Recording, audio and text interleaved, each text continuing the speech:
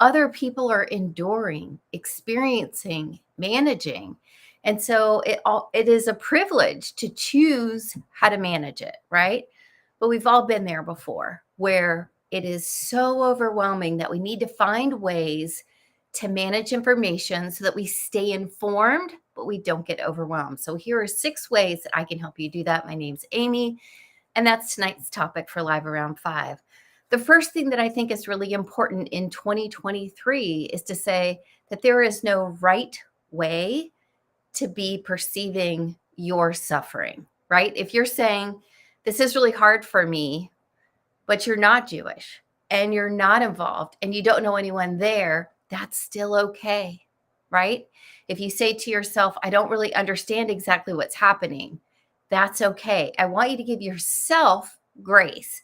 I invite you to educate yourself about it and stand with our Jewish friends and family all over the world.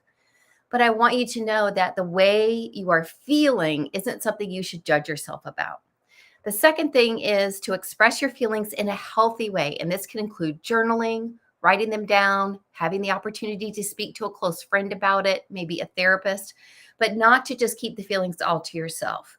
It's important that we're not gossiping about it, right? That we're not just winding each other up, but that we do express the feelings that we're having, because this is especially outrageous and we all have particular reactions, right?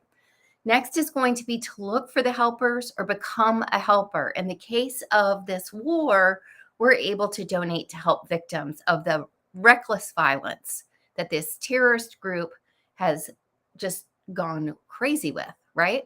And so we're able to donate, we're able to check in on our friends, we're able to become more educated, we're able to be a voice for those who don't have a voice, maybe a connection for those who need a connection.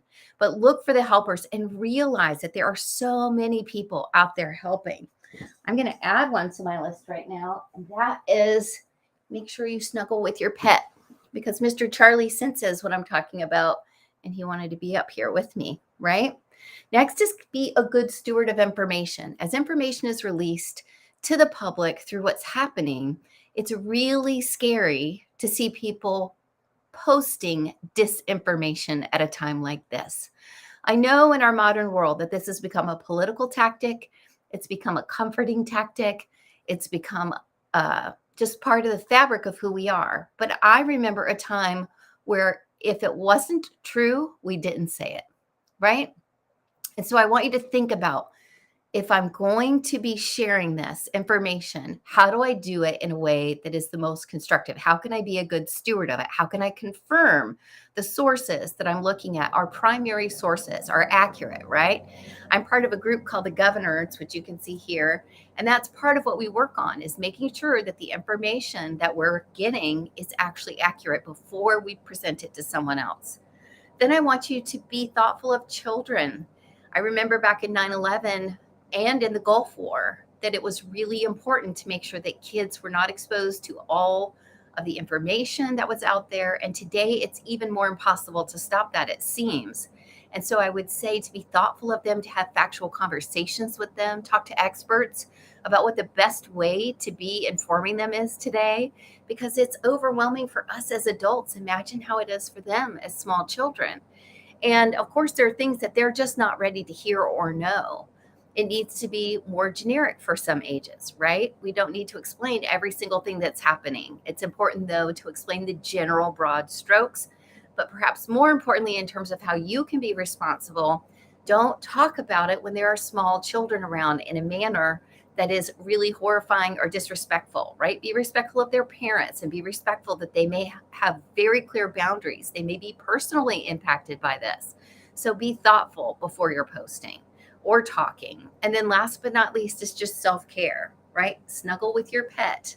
Find a way to take a hot bath, take breaks, stop doom scrolling, right? Where it's so hard not to want to see what we could do or to get updates.